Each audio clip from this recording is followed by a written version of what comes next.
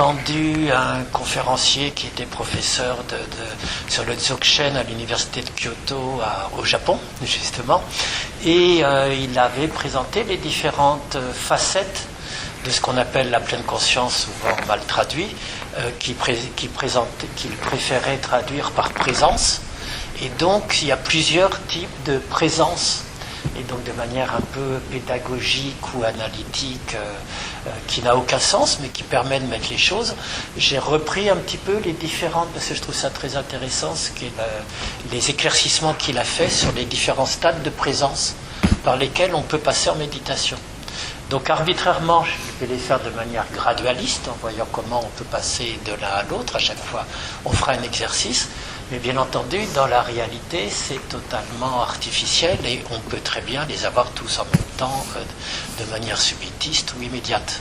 Mais bon, ça met peut-être de l'ordre dans les différentes choses. Donc je vais commencer par ce qu'il appelle, et puis ce qu'on appelle dans les textes vraiment le plus souvent, ce qu'on appelle le premier stade de présence, c'est la présence dispersée. La présence dispersée, vous voyez ce que c'est, j'imagine, je ne sais pas. C'est on fait quelque chose. Voilà. C'est 80% de nos actes quotidiens. Oui, comment ? Voilà, le vélo. Voilà, le petit vélo dans la tête, ou alors la fatigue, ou alors n'importe quoi, les automatismes, tout ça, c'est ce qu'on appelle le pilotage automatique. Et c'est très souvent, par exemple, vous faites un geste, je vais vous demander de faire un geste, vous faites juste ça.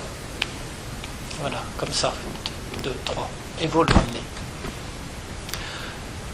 En plus, là, on est plutôt particulièrement attentif, mais est-ce que vous avez vraiment été totalement attentif à ce que vous faisiez ? C'est-à-dire le poids du bras, le poids de l'air, le fait des muscles qui se contractent, de lutter contre la pesanteur, le fait qu'à 90 degrés, l'effort se fait un peu différemment, parce que ça va faire plus difficile. Et puis, quand vous avez touché le crâne, frappé 2-3 fois, est-ce que vous avez vraiment été attentif au contact, au bruit ? Tout ce qui... J'imagine que pas autant à 100%, même si vous étiez attentif. C'est parce qu'on fonctionne en neurones miroirs. Je fais quelque chose, tac, je fais. Ça, c'est le pilotage automatique. Donc le premier stade, c'est simplement de prendre conscience à chaque fois qu'on peut, dans la vie quotidienne, que je suis en pilotage automatique, et d'essayer donc vous refaites juste le mouvement. Je vais vous laisser, puis vu qu'après on fera des petits exercices, je vais vous laisser 3 minutes expérimenter par vous-même. Vous pouvez marcher dans la salle, vous pouvez rester assis, vous pouvez faire ce que vous voulez, mais prendre conscience, tiens, là j'étais pas là, j'essaye de revenir. Tiens, là je suis pas là. Vous pouvez compter le nombre de fois que vous allez faire ça. Vous êtes là, vous repartez. Donc on se donne 2-3 minutes si vous voulez.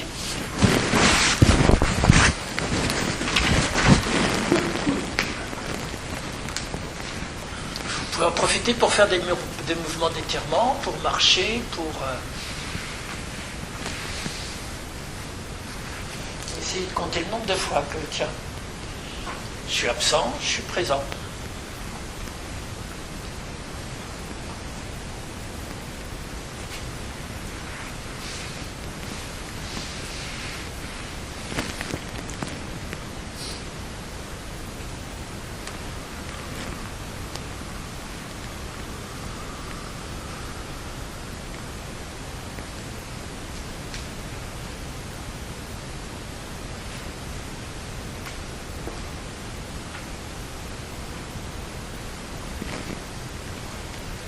Je viens de me gratter le nez.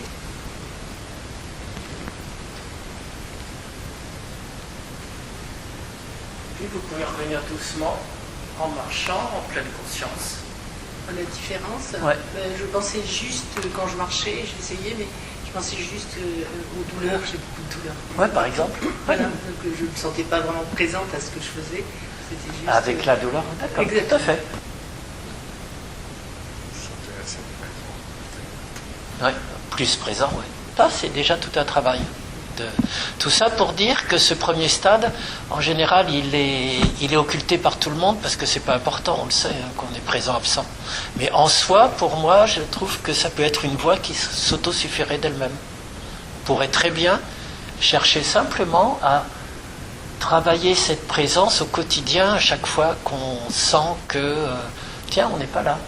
J'essaye d'élargir le champ de la conscience avec des techniques tibétaines ou dzogchen où je prends les deux à la fois. J'essaye de voir le degré de conscience dans lequel je suis, etc. Alors, dans la pleine conscience, dans le cours MBSR, c'est ce que j'appelle les flashs à faux, souvent, pour ceux qui ont suivi les cours.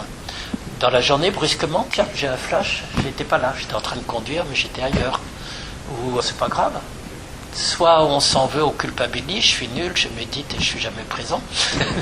Soit c'est l'occasion, comme dans un flash info qui passe à la radio sur les embouteillages, on peut changer de trajectoire. On peut se dire, tiens, je vais essayer de respirer, de prendre conscience de ce que je fais et de revenir à ce que je fais en attention, en présence, en pleine conscience, qui peuvent exister. Donc dans la pleine conscience, il y a des techniques, c'est justement faire attention, prendre conscience, les fameux actes automatiques au début, si vous vous souvenez, quand vous avez fait le cours MBSR, les actes automatiques, j'essaye à chaque fois de mettre éventuellement une petite gommette pour les faire en pleine conscience et favoriser cette bascule, cette prise de conscience par laquelle la présence peut commencer. Mais l'absence, c'est la plus fréquente. Moi, ce qui m'a toujours amusé, c'est que la majorité des commentateurs, ils parlent de la présence comme si on était tout le temps présent, comme Pitbull. Et pour moi, il faudrait commencer par le fait qu'on est la plupart du temps absent. Ce qui m'interroge, c'est pas la présence, c'est l'absence. À soi. Mon petit commentaire. Donc, il y a des techniques, enfin des techniques, des outils dont vous pouvez vous servir. Les flashs, les objets quotidiens, que toujours de manière automatique, les clés que je cherche à chaque fois. Le diable se cache dans les détails. Donc en soi, tout ça, c'est une voie. Juste cette première petite phase de pleine de présence attentive ou dispersée. Alors ça, c'était sur le premier, un petit peu, effectivement. Oui, pour moi, si j'avais... Vous verrez que dans le petit papier que je vous envoie, je vous mettrai des petites métaphores sur chaque phase de présence.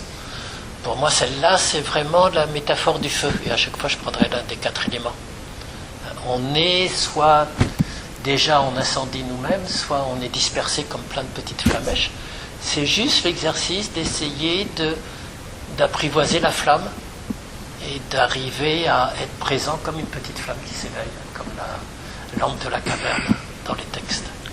Donc la première phase, c'est vraiment la présence dispersée. La deuxième, ça va être d'essayer l'outil qui est vraiment dans toutes les traditions, c'est, y compris dans la pleine conscience, c'est d'apprendre à focaliser son attention pour ramener du calme mental et pour rétablir une stabilité de présence. Donc ça, c'est de ça qu'on va parler maintenant. C'est pas on n'y va pas en force, on n'envoie pas les tanks ou les porte-avions, suivez mon regard, non, c'est tout en souplesse, c'est juste. Varela a une très belle définition, Frou Varela, qui est le premier à avoir fait le lien à la phénoménologie de la méditation.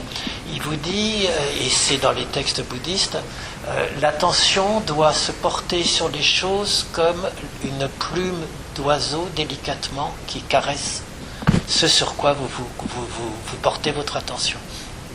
C'est pas le projecteur que j'allume 100 000 watts sur un objet, c'est juste un geste délicat d'attention.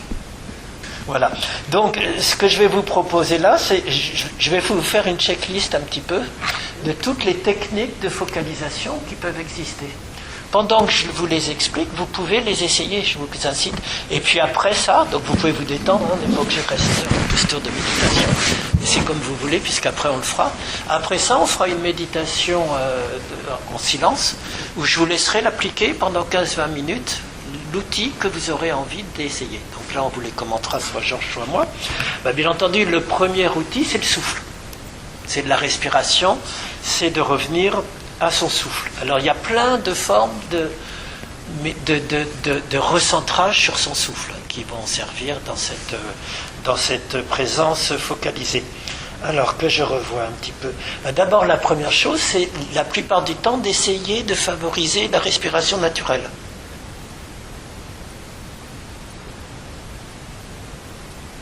Juste être attentif à l'inspiration puis à l'expiration, mais de l'intérieur. Moi, j'explique toujours, c'est pas observer son souffle de l'extérieur. C'est ce temps, sentir, comme on le trouve dans le Satipatthana Sutra, se sentir inspiré dans l'inspiration, se sentir expiré dans l'expiration. C'est le mouvement interne qui compte, c'est pas l'observation externe. Observer le souffle dans le de l'intérieur, mais pas en le posture externe. C'est vraiment le vivre de l'intérieur, je trouve. Le vivre, sentir qu'il est court, qu'il est long, qu'il est profond, sans y toucher. Donc ça, faites juste 2 respirations pour essayer de sentir ça. 2-3 respirations où vous essayez de rentrer en contact avec ce souffle de l'intérieur sans rien changer.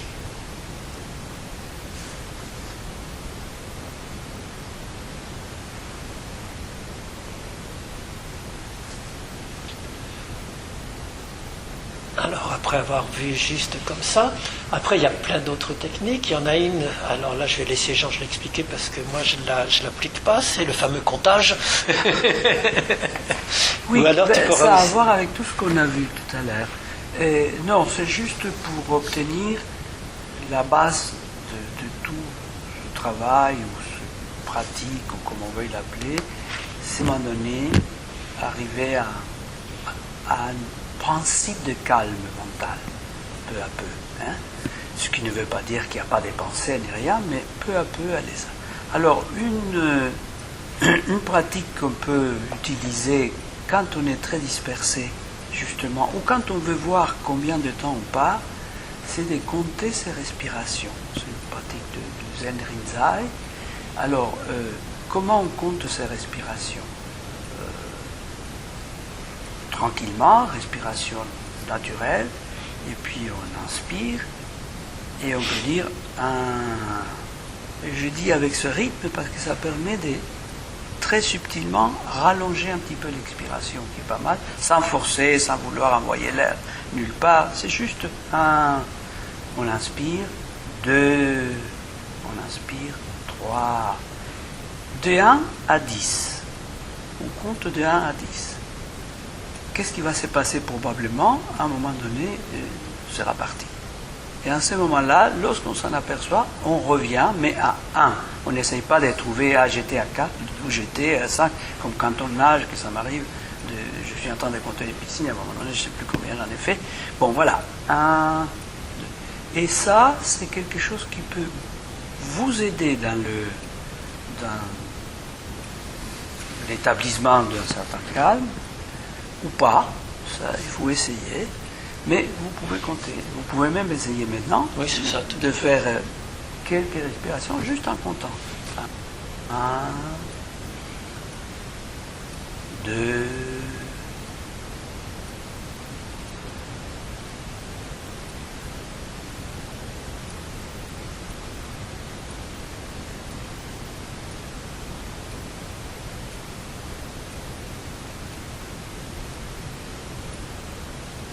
Et quand vous arrivez à 10, vous recommencez à 1.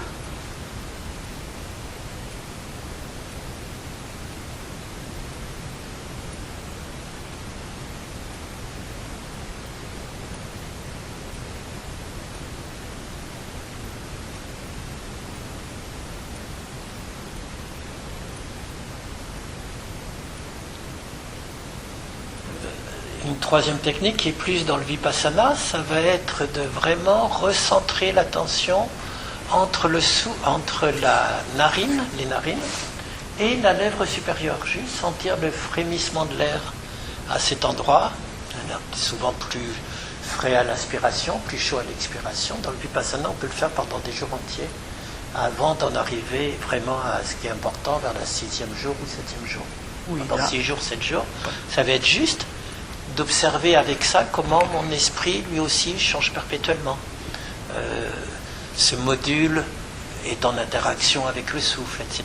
Donc c'est pas juste bêtement regarder entre la narine et la lèvre supérieure, c'est se servir de ce support pour observer qu'est-ce qui se passe en même temps dans le mental, dans d'autres choses, et puis de revenir toujours là-dessus. Dans certaines Zen-Rinzai ou d'autres, c'est en ayant l'œil posé un peu comme une plume, les Chinois disaient comme des pétales de rose sur un coussin, ce qui est la même chose, et puis légèrement l'attention sur la pointe du nez, et éventuellement sentir cette région, ce qui était déjà une technique utilisée Taoïste, mais c'est juste la pointe du nez qui est comme... Donc on vous laisse vous choisissez une minute ou deux, juste essayer d'explorer soit la manière de Georges, soit juste là.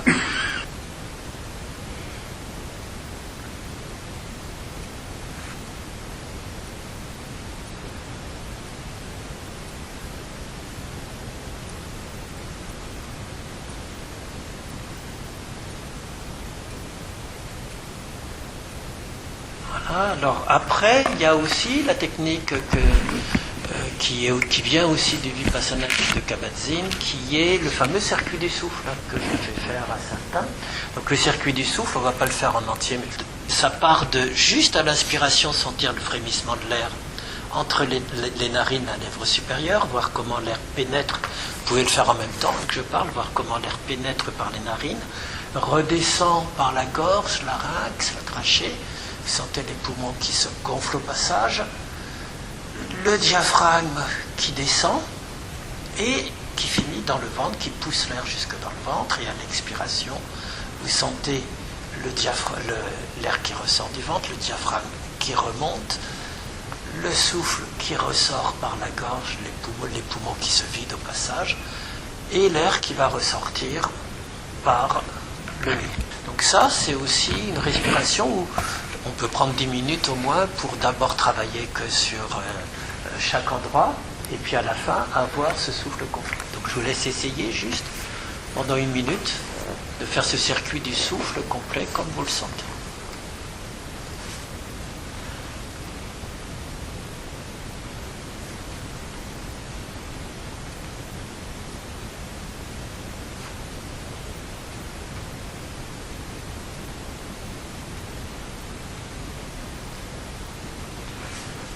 Après, il y a les deux qui viennent plus du zen. Il y a 2 autres outils que je voulais vous présenter, toujours sur le souffle. Donc c'est très riche, le souffle. Il y a plein de manières possibles de travailler avec ou de se retrouver dans son souffle. L'autre manière, c'est d'essayer vraiment à l'expiration de pousser l'air, mais sans être en grosse force, comme ça se fait parfois dans certains dojos, d'amener l'air dans le ventre naturellement à l'expiration et même à l'inspiration, et de le sentir après qui ressort. Et vraiment, ça permet de sentir que le centre d'équilibre de la posture, il est dans le ventre, 2 doigts sous le nombril, dans le hara, le dandan, le centre des énergies. Et qu'après, si on arrive à vraiment petit à petit, avec la respiration, 1 dizaine de fois, 20 fois, descendre dans le ventre et ressortir, ça permet de trouver la stabilité de la posture dans le ventre. Donc essayez juste.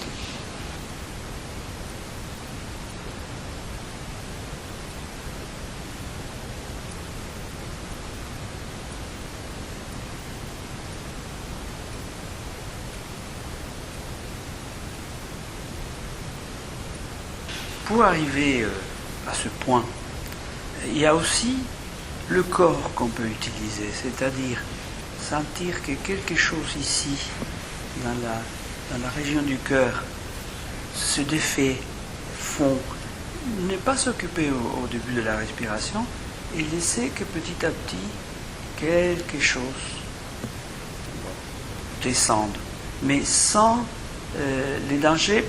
Pour moi, pour la respiration, c'est que parfois on force. Et donc, si on est tranquille, si quelque chose se défait ici, ça va descendre, Il faut toujours penser que quelque chose descend vers la plante de pied, vers le bas.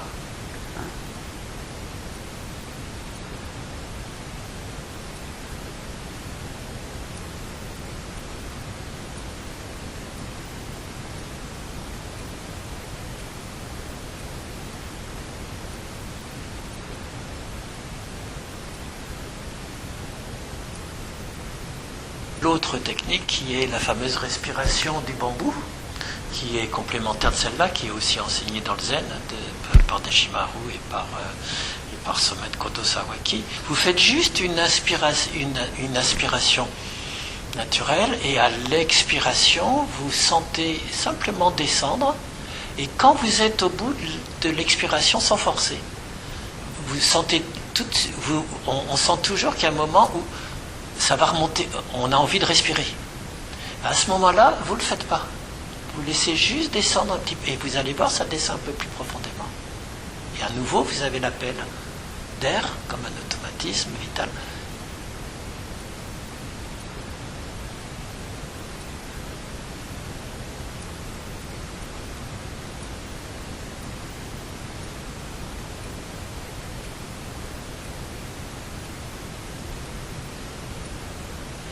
Ça descend un peu plus bas.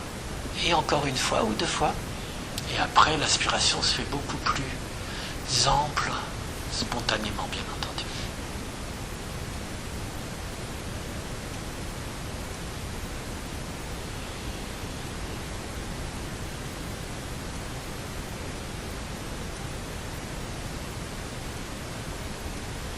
On dit le bambou parce que, comme vous le voyez, à chaque fois que l'expiration tient, que je descends d'une attache des bambous, puis une plus longue.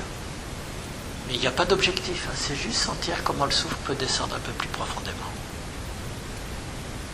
Après ce petit exercice, tout ça c'est sur le souffle, c'est les principaux outils que je connais un petit peu. Après il y a le corps, bien entendu. Le corps dans le zen, il a beaucoup d'importance, hein, puisque en fait, dans les autres mouvements, on se focalise plutôt sur la respiration ou sur les sensations corporelles. Et dans le zen, la focalisation, elle se fait sur la posture. Mais c'est le même travail de focalisation, sauf qu'il se fait sur la posture plutôt que sur d'autres aspects pour moi. Donc la posture... On peut faire, je passe sur les demi-lotus, lotus et tout ça, vous les connaissez, il y en a qui peuvent, il y en a qui ne peuvent pas, donc c'est pas la peine. Il y a aussi la posture en seiza, comme elle est. Hein? Voilà. Et voilà. Mais, quelques points juste. La tête, souvent, on fait comme ça. Donc, on rentre le menton. Et en réalité, c'est peut-être plus délicat, c'est-à-dire qu'il faudrait se placer et juste penser qu'ici, derrière, il y a la nuque, ça s'allonge. Mais le penser, l'imaginer, avec une image, avec une image, ça s'allonge. Et qu'est-ce qui va se passer? Vous verrez très subtilement, si ça s'allonge, et si on imagine qu'il y a un petit fil, là, qui nous relie au ciel, la tête va se placer, le menton va rentrer naturellement, sans forcer, sans. Donc juste la tête en arrière, et on laisse que ça s'allonge. Et un autre point que pour moi est important, c'est pas ça, pas la posture militaire, justement. De faire. Ça amène une délicatesse, et puis ça donne de l'espace à tout ce qu'on vient de dire, que ça descend, la respiration, etc. Mais vous essayez. Hein? Les mains, vous pouvez les poser comme vous voulez. Vous pouvez faire le fameux mudra cosmique, comme on dit, pas en forçant.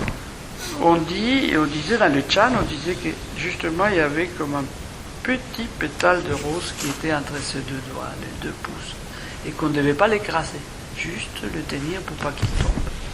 Vous voyez, toutes les indications sont les mêmes. Souplesse, et juste pour finir, ça commence par le corps. Tout ce qu'on vient de dire, tant que le corps n'est pas lâché, tout le reste est beaucoup plus difficile et plus tendu. Donc lâcher les corps, et même avant de s'asseoir, parfois faire quelques petits mouvements, et sentir mais je ne force pas. Donc essayez juste de prendre 2 minutes là, ouais. Oui. Pour établir la posture comme vous la sentez. Trouver la posture. Bien sûr, puis, si vous êtes sur la chaise, c'est la même chose. Bien sûr. Alors, sous la chaise, une chose qui est intéressante, vous savez, il y a des chaises ergonomiques, parfois, et on voit que c'est ici l'appui, pas plus haut. Et là, ça permet de redresser son dos, hein, et de s'accoster si on a besoin. Il n'y a pas de problème. Donc je vous propose juste 2 minutes et puis vous essayez de trouver la posture juste. Et bien entendu, tout l'exercice après, quand vous sentez que la posture, c'est de faire des micro-ajustements. Oui. Puisque c'est ça, à Tout ce le temps. moment-là, ça permet, à la place de revenir à son souffle, on revient au micro-ajustement du corps, tout bêtement, et de sa posture.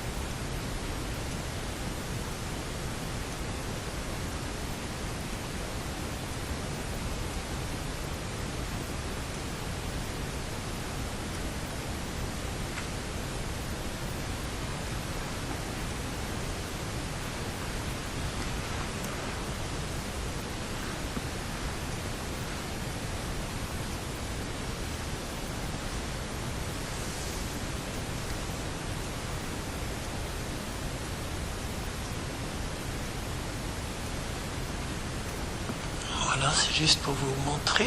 Alors, on ne va pas rentrer dans tous les détails, hein, parce qu'on pourrait en parler des heures de ça.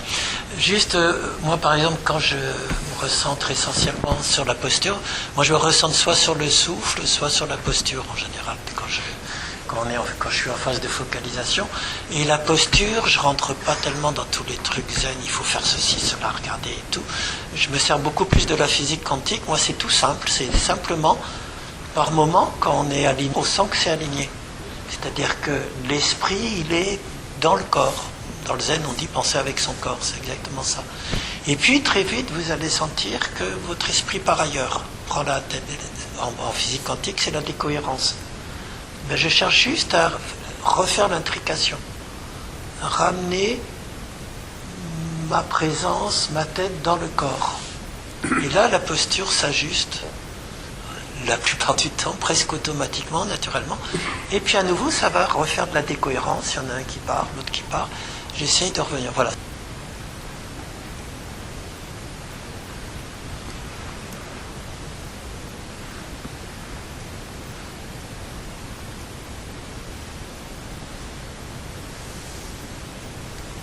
Après, bien entendu, dans le MBSR, vous avez beaucoup le body scan.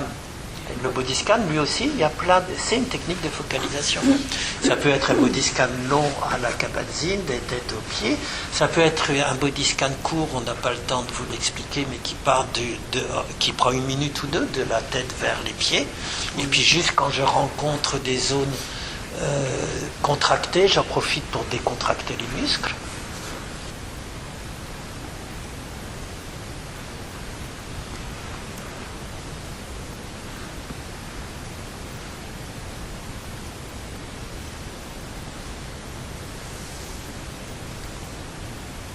Il y a ce qu'on appelle l'exercice de Hakuin, qui était un maître zen japonais.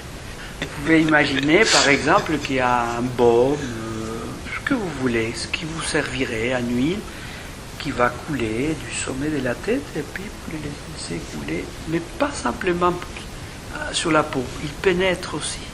Et il coule, et vous voyez, si vous avez fait des body scans ou quoi que ce soit, vous voyez,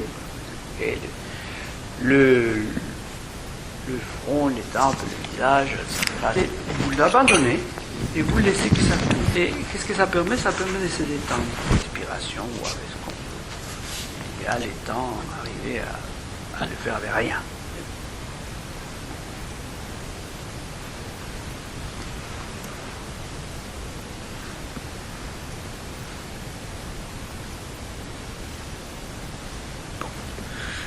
Alors après, je vous cite juste, mais vous les aurez dans la petite feuille. Hein. On peut se focaliser sur les sons. Ouais. C'est un exemple. exemple très classique. Ça peut même être éventuellement de la musique. Moi, je ne suis pas pour parce que ça fait de la relaxation, mais ça existe dans tout ce qui existe. Vous pouvez vous focaliser sur des images. Vous pouvez, dans certains mouvements, vous allez prendre une bougie. Et puis vous focalisez sur la bougie. Vous pouvez faire chez les Tibétains, ça va être les mantras. Vous pouvez avoir des sons, des mantras que vous répétez inlassablement, ou comme le Hare Krishna aussi. Tout ça, c'est des manières de focaliser l'attention et de réinstaller de la fameuse présence.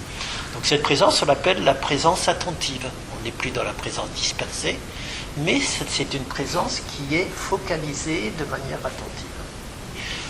Tout ça, ça existe aussi comme outil dont vous pouvez vous servir du moment que vous ne versez pas dans le bien-être en vous disant « Ah, je vais mettre une musique, je suis vachement bien ». C'est bien, mais c'est plus de la méditation.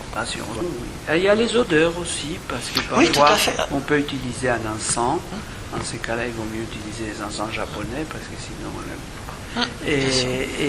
Et même l'odeur, parfois, ça permet d'être là, juste délicatement. Oui, tout à fait. Et moi, dans les cours de soutien, de temps en temps, je ne sais pas pourquoi Kabat-Zinn et les mouvements traditionnels privilégient toujours le son, mais vous pourriez prendre n'importe lequel des 5 sens. On pourrait très bien faire une méditation que sur la sensation gustative dans la bouche, ou sur l'odeur, effectivement, ou sur etc. Puisqu'on a, et le 6e sens, vous le connaissez, c'est le mental, c'est les pensées. Et on peut aussi se servir des pensées pour les regarder comme des nuages, comme un fleuve qui passe, etc. Donc tout ça, vous voyez le vaste panorama de tout ce qui a pu être essayé dans les traditions, dans les mouvements. Donc maintenant, on va passer à la pratique. Donc je vous propose juste 15-20 minutes de méditation focalisée que vous allez essayer. Alors je vais vous donner les 3 petits coups de cymbale. Je vais vous inviter pendant 5 minutes, sur les 15-20 minutes, je vais vous inviter, ou 2-3 minutes, de éventuellement vous essayer un ou deux des supports dont on a parlé, qui vous semblent intéressants pour vous. Et puis je ferai juste un seul coup de cymbale après 3-4 minutes, et là je vous inviterai juste à ne rester que sur un seul des supports que vous aurez essayé, bien entendu. Si d'emblée vous savez que c'est tel support que vous utilisez, vous continuez comme ça. Mais c'était plus... en utiliser 2 en même temps. Alors, c'est pas. Alors moi, je le conseille pas parce que ça favorise une dispersion de l'attention. Donc, et justement, on veut recentrer l'attention. Donc, tu peux au début, justement, essaye-en 2, et à un moment donné, tu te dis, maintenant, je vais plus travailler que sur un seul. Alors, vous vous installez dans la posture la plus confortable, la plus stable.